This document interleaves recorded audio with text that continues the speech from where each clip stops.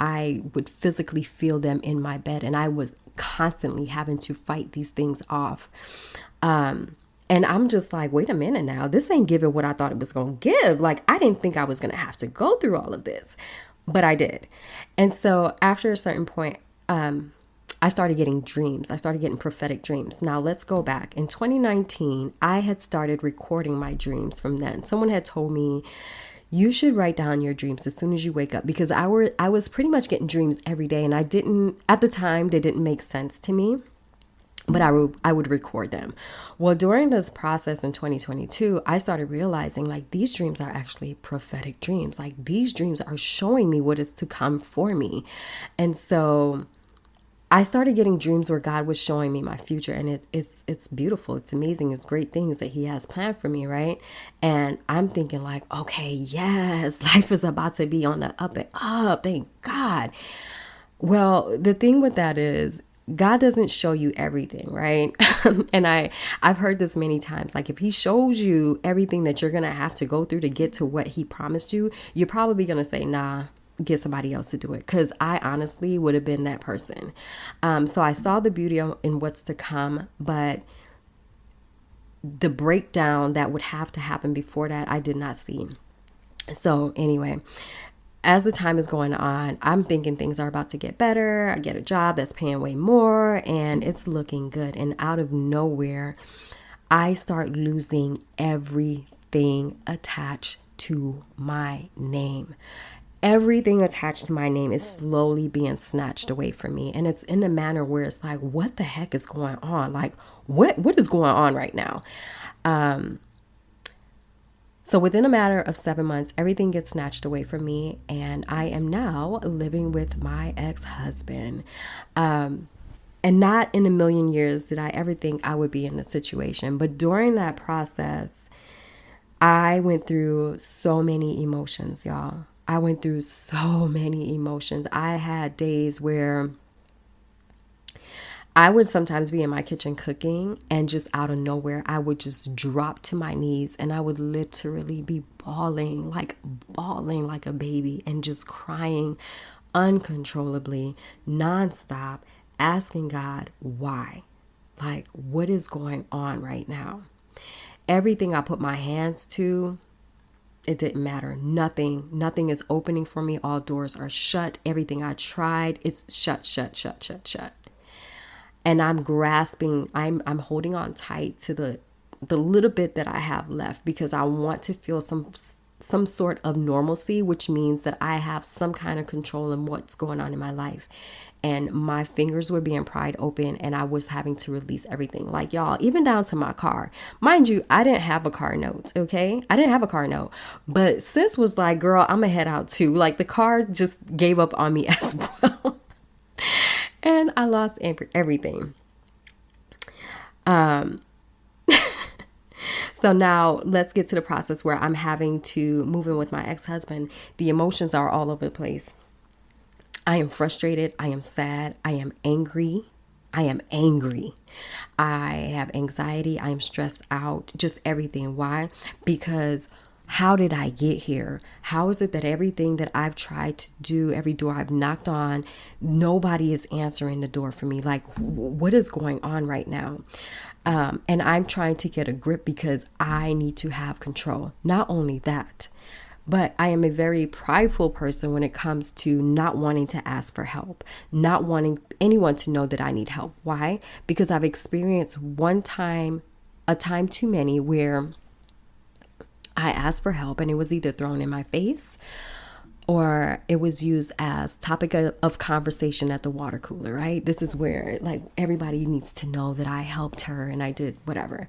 And so I grew to become a person where it's just like, I'm not going to ask for help. And if I don't have it, I just don't have it. If I'm struggling, you're not going to know, right? This is between me and my household, and that's it. And so when you're prideful, though, there are going to be times where you're going to have to open your mouth, even if it's not something where it's like you need money or food or clothing, but there's something where you may need someone's help so that because that person may be able to open a door for you that you cannot open. But when you have too much pride to be able to say, hey, can you help me? You are going to block your own blessings. And so one of the lessons I'm picking up in this season is that I have to be able to let go of that pride with discernment, of course. But there are going to be moments where I'm going to have to say, hey, can you help me in this situation? Because without that person's help, I'm not going to be able to get to the next level. So that is a lesson for some of you out there, right? Anyway, so I get to my ex-husband and I'm still angry and I'm frustrated and I'm not sleeping well because I'm stressed out, and I'm still holding on and angry to the fact of I lost everything. And you guys, I'm going to be honest with you. When you get to the point of being able to let go and submit and accept the situation that you're in, it changes everything, right? Now, I'm not saying that life becomes great all of a sudden, but there's a level of peace that you receive that is beyond understanding. And until you are able to let go of the fact that things are not going the way that I want them to, until you're able to let that go, you're going to sit in anxiety, you're going to sit in depression, you're going to sit in fear and all the things. And so it's a matter of being able to accept where you're at, as ugly as it may be. I will say this. God will use anyone to help you. And it's so crazy that I did a video about this on my YouTube channel, and I was talking about a prophetic dream that I had and the gifts and the help that was coming in for people, and for them to be open to accepting this help, no matter where it came from, even if it was just like, I don't know if I want to take it from you, but I was telling them, like, open up and receive it because God is sending it for you. And baby, can I tell you, that is what he's done with me? Because again, I'm sitting here and no, I don't want to be here. Me and my ex-husband have no form of romantic relationship going on. We are just very cordial and just good people to each other. And I am being really well taken care of. If I sit back and I look at everything, I'm actually thanking God for releasing the stress of having all these bills on my shoulders that I had to take care of, and having to provide for everyone on my own and try to figure things out. Like, at this point in time, I'm actually able to breathe. It is not where I want to be, but I can breathe right now. I'm actually able to rest.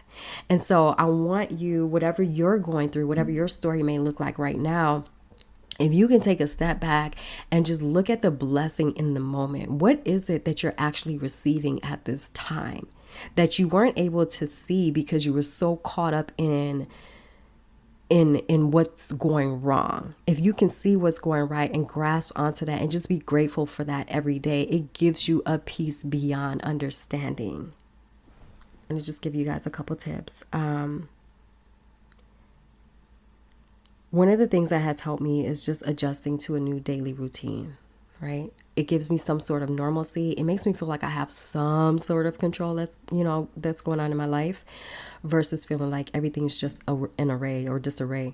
So get yourself a normal or a daily routine. For me, I'm going to get up 5 to 5:30 and I'm going to be praying. I'm going to be talking to God. I need direction for today. After that, I'm getting my youngest up for school. He's going to be fed, dressed, and taken to the bus stop. When I get back, your girl's going to have breakfast. I'm getting ready for the gym, and so on and so forth. But find something that makes you feel like you have some sort of control. Get a daily routine. Number 2, I want to tell you the importance of having community.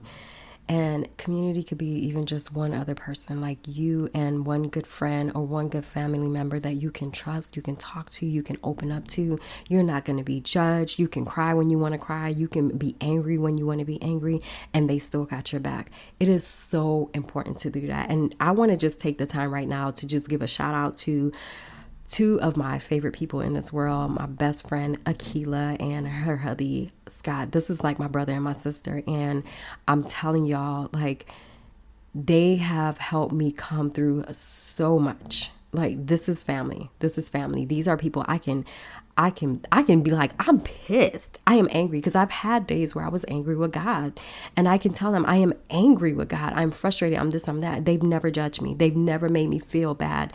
They've never made me feel low. They have they've had days where they reach out to me with a message that I didn't even expect, you know. So you need community. Don't try to do this alone. I'm a person that I am good with trying to isolate myself when I'm going through stuff, but don't do it, baby. It takes you down a dark hole.